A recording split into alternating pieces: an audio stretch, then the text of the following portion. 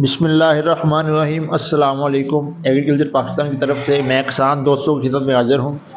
آج کی ویڈیو میں بات کریں گے کہ اگر ہم گندم کی فصل کو گوب کی عرض میں کین گوارا کھاد کا استعمال کرنا چاہتے ہیں اور ساتھ اس کے پوٹاش کا استعمال کرنا چاہتے ہیں تو ہم کون سی پوٹاش استعمال کریں تاکہ اس کا کوئی ریئیکشن نہ ہو، ہمیں کھاد جو ہے پورا فائدہ دے اور نقصان کا سبب نہ بنے۔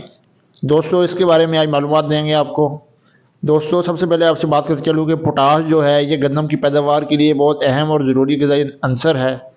اگر اس اجزاء کو ہم بر وقت پودے کو فراہم کر دیتے ہیں تو یقیناً ہم 10 سے 15 من تک فی ایکڑ پیداوار میں اپنی میں اضافہ کر سکتے ہیں، کیونکہ ہمارے اکثر کسان حضرات جو کراٹے رقبے والے ہیں وہ گوب کی عرض میں کین گوارا کھاد کا استعمال کرتے ہیں تاکہ ان کی پیداوار میں اضافہ ہو سکے، جو ان کی فصل سٹریس میں ہے، کلر کی زد میں ہے، وہ اس سے نکل سکے اور پیداوار ان کی زیادہ ہے۔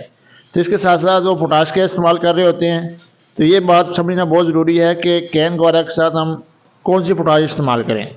تو اس کے لیے ضروری ہے کہ آپ کین گوارا کھاد کے ساتھ جو ہے پوٹاشیم نائٹریٹ استعمال کریں، بجائے اس کے کہ آپ SOP یعنی سلفیٹ آف پوٹاش استعمال کریں۔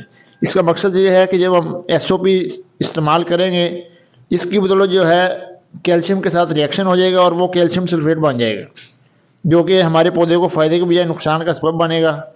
اس کے لیے گزارش ہے کہ آپ 12.5 kilo gram potassium nitrate can گوارا ایک بیگ کے ساتھ فی ایکڑ فلڈ کریں تاکہ آپ کی فصل کے اندر پوٹاش کی ضروریات بھی پوری ہو سکے اور کیلشیم امونیم نائٹریٹ بھی پورا رزلٹ دے سکے اور آپ کا جو اخراجات ہیں وہ ضائع نہ ہوں۔ تو امید ہے ہم نے جو ویڈیو بنائی ہے کہ آپ کیلشیم امونیم نائٹریٹ کے ساتھ کون سی پوٹاش استعمال کریں تاکہ آپ کی گندم کی بھرپور سے بھرپور پیداوار آ سکے۔